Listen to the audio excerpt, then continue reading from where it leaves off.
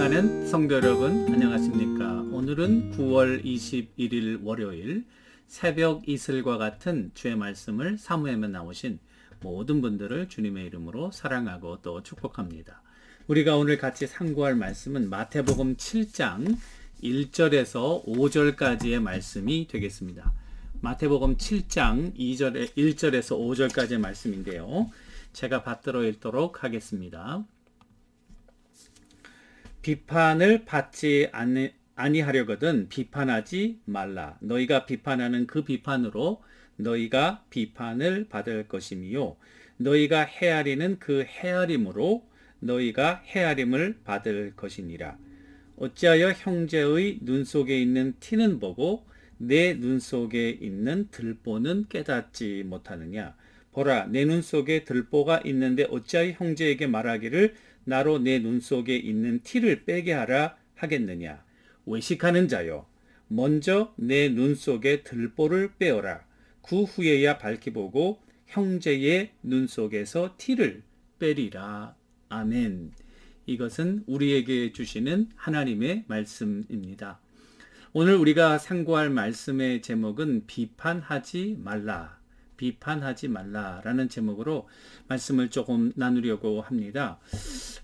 우리가 어저께에 그 염려하지 말라에 대해서 생각해 보았습니다. 염려라고 하는 것은 외적인 상황에 대한 나의 내적인 반응이다. 제가 그렇게 말씀드렸죠. 그러니까 염려는 외부 그 시츄에이션, 환경, 거기에 대한 내 마음의 반응이 나타나는 것이 염려라고 하면은 이 비판이라고 하는 것은 반대예요. 내 상황에 대한 외적인 반응이 비판입니다. 그러니까 어떻게 보면은 염려와 조금 상반되는 그와 같은 것인데요. 공통점이 있다면 이 염려나 또 비판은 모두 매우 그 결과가 파괴적이라는 사실입니다. 그래서 염려해 보셨죠? 우리가 다 염려도 많으시고 염려하면 일단 내 마음이 벌써 굉장히 나도 모르게 다운되는 것이 내 얼굴로 나타나게 되고 말은 한마디도 안 하는데요. 그 나의 모습이 무언으로 내 옆에 있는 가족들, 나와 같이 일하는 사람들에게 전달되게 되죠. 그래서 염려라고 하는 것은 무거운 그런 네거티브한 에너지를 이렇게 발산하는 것 같아요. 그래서 옆 사람이 가만히 있어도 염려의 느낌이 나에게로 보이지 않는 그와 같은 채널을 통해서 전달되는 그와 같은 역할. 그래서 나만 우울한 것이 아니라 집안 분위기를 우울하게 만들고 내가 일하고 만나는 사람들의 마음과 그들의 분위기를 우울하게 하는 그와 같은 네거티브한 부정적인 결과를 가져온다. 이렇게 볼 수 있겠습니다. 모건 블레이츠라고 하는 사람이 자신의 책에서 이 비난을 다음과 같이 묘사합니다. 보세요. 나는 치명적인 타격을 가할 수 있는 힘과 기술이 있다. 나는 상대방을 죽이지 않고 승리할 수 있다. 나는 가정과 국가 그리고 어떤 조직도 파괴할 수 있고 수많은 사람들을 파멸시킬 수 있다. 나는 바람의 날개를 타고 여행한다. 아무리 순결한 사람이라도 내게는 무력하고 아무리 깨끗한 사람이라도 내게는 더럽다. 나는 바다보다 더 많은 노예를 거느리고 있으며 나는 결코 망각하지 않으며 결코 용서하지 않는다. 내 이름은 비난이다. 이렇게 얘기를 했습니다. 비난이 얼마나 무서운지 가정, 또 나라, 또 우리가 속해 있는 그 교회도 말이죠. 마찬가지죠. 파괴할 수 있는 아주 파괴력을 가진 그와 같은 것이 비난인 것을 우리들에게 보여줍니다. 요즘은 인터넷으로 자기가 원하고 싶은 페이스북이나 인스타그램이나 트위터나 자기가 하고 싶은 말 다 하잖아요. 거기에 대한 객관적인 또 그런 올바른 그런 검증 없이 자기의 굉장히 주관적이고 개인적인 생각은 막 올려도 거기에 대한 아무런 제재를 받지 않는 그와 같은 세상이 되었기 때문에 이 비난이 무섭고 또 여러분들과 내가 늘 조심해야 한다는 사실입니다. 탈무드에서는 이 비난을 뭐라고 얘기했냐면 비난은 삼중살인이다. 삼중살인이다. 그러니까 세 명을 죽이는 것이 아니라 한 명을 죽이는 것이 아니라 세 명을 동시에 죽인다. 그랬는데요. 남을 비방하는 것은 살인보다 더 위험한 일이다. 살인은 한 사람밖에 죽이지 않지만 비방은 세 사람을 죽인다. 비방하는 사람 자신도 죽는 거예요. 비방하면서 그것을 듣고 있는 사람 그리고 화제가 되는 사람 이 세 사람을 죽인다는 면에서 탈무드는 이 비난 이런 것들을 삼중살인이라 이렇게 규정하고 있는데 참 일리가 있는 것 같습니다. 우리 워렌 목사님도 그 비난에 대해서 자기 책 Purpose Driven Life에서 가십에 대해서 이렇게 얘기를 하고 있는데요. 뭐라고 얘기하냐면 가십은 하나님이 증오하신다. 특별히 그것이 남을 위한 기도 제목이라는 명목으로 얄팍하게 포장되어 있을 때에 이렇게 말씀하시고 또 중략해서 가십은 사악한 자들에 의해 퍼져나가고 그들의 불화를 조장하며 우정을 파괴한다. 그러니까 이간질하는 거죠. 그러니까 비난하면서 사람과 사람 사이를 우정과 또 불화를 조장한다. 가십은 항상 상처와 분열을 초래하고 성도들의 교제를 파괴한다. 그래서 하나님은 성도들 가운데 분열을 조장하는 자들을 대항해야 한다는 것을 매우 분명하게 말씀하신다. 그로 인하여 그들이 화를 내고 여러분의 그룹과 교회를 떠날 수도 있을 것이다. 그러나 교회의 교제가 어떤 개인보다도 중요한 것을 잊지 말아야 된다. 그래서 우리가 한 성도가 다른 성도를 판단할 때 그 즉시 일어나는 네 가지 일이 있다. 이렇게 얘기를 하는 거예요. 첫 번째는 하나님과의 교제를 잃어버리게 되는 거예요. 남을 막 비판할 때에 그 모먼트에는 그 사람은 하나님과 교제가 끊기는 거예요. 두 번째, 자신의 교만, 불안정함을 표출하게 되는 것이고요. 세 번째, 하나님이 자기를 판단하도록 만드시는 거고요. 교회에 해를 끼친다. 동시에 사단의 타겟이 된다. 이렇게 말씀하고 있습니다. 그런 의미에서 여러분들과 내가 이 비판을 굉장히 조심해야죠. 비판이라고 하는 단어는 크리노라고 하는 말인데 굉장히 중립적인 말이에요. 판사가 판단을 하는 것. 그래서 크리노라가 원래 그 말의 의미를 보니까 나누다, 분리하다라는 뜻으로 더 나은 것에 대한 개인적인 평가, 분석과 적용을 하다.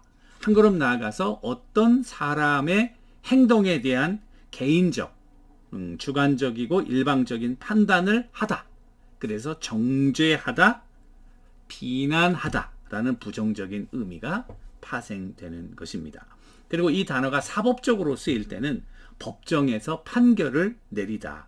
굉장히 주관적으로도 쓰일 수 있고 객관적으로도 쓰일 수 있는 그런 말입니다. 그러나 주님께서 여기서 비판하지 말라고 하는 것은 객관적인 그런 법정의 판단이라기보다는 아량을 베풀지 않고 자기의 주관적이고 일방적인 생각 속에서 상대방의 의견에 대한 심한 거부감을 노출하는 행위. 다시 한번 얘기할게요.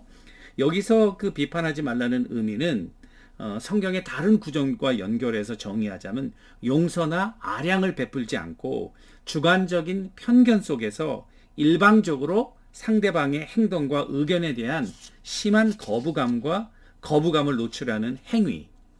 그래서 이런 비판과 동의어는 정죄, condemning, 또 비난, criticism, 혹은 공격, attack, 혹은 남용, abuse 등이 되겠습니다. 우리가 비판할 때 명심해야 될 게 몇 가지 있는데요. 첫 번째, 부메랑의 원리 넘버 1. 그건 뭐냐면은 그 비난이 자기도 비난을 면할 수 없다는 사실이에요. 비판하는 순간 하나님께서 우리를 비판하시기 때문에 그 비판에 대해 자기도 노출되어 있다는 사실입니다. 여러분 부메랑 알잖아요. V자형으로 돼서 던지면은 이게 날려갔다가 다시 본인한테 돌아오는, 그래서 비난하는 자들은 반드시 비난을 면할 수 없다는 사실입니다. 한 마을에 이른 빵 공장을 하는 사장이 버터를 만드는 농장 주인을 고소한 거예요. 왜냐면 버터 양이 옳지 않다는 거예요. 그래가지고 이 판사가 버터 공장 농장 주인을 불렀어요. 그래서 네가 정말 그 그람수를 숙였냐 그랬더니 어떤 저울을 사용했냐 물어봤더니 이 버터 농장 주인이 말하기를 우리는 저울을 사용하지 않습니다. 이렇게 대답한 거예요. 그럼 뭘 사용하냐? 우리가 사용하는 빵 1파운드짜리 빵이 나오는데 그 빵을 기준으로 버터를 만든다. 이렇게 얘기를 한 거예요. 그 빵이 누구냐면은 이 사람을 고소한 빵 공장 주인인 거예요. 그러니까 빵 공장이 1파운드가 안 되니까 그 빵을 기준으로 버터를 재니까 1파운드가 안 됐다는 거예요. 그러니까 빵 공장이 버터 농장 주인을 고소했지만은 사실은 이 빵 공장이 그람수를 숙인 것이 드러나게 된 것이죠. 부메랑의 원리, 자기가 비판할 때 그 비판으로 비판을 받게 된다. 오늘 말씀 2절 보니까 너희가 비판하는 그 비판으로 너희가 비판을 받을 것이며, 이게 부메랑 원리 넘버 1. 부메랑 원리 넘버 2는 뭐냐면은 우리가 남을 헤아리는 그 헤아림으로 헤아림을 받는다는 거예요. 이거는 조금 비판보다는 긍정적인 의미인데요. 내가 자비로운 마음으로 남의 허물을 용납하고 또 아량을 베풀 때에 주님도 우리에 대해서 자비와 아량을 베푸신다는 거예요.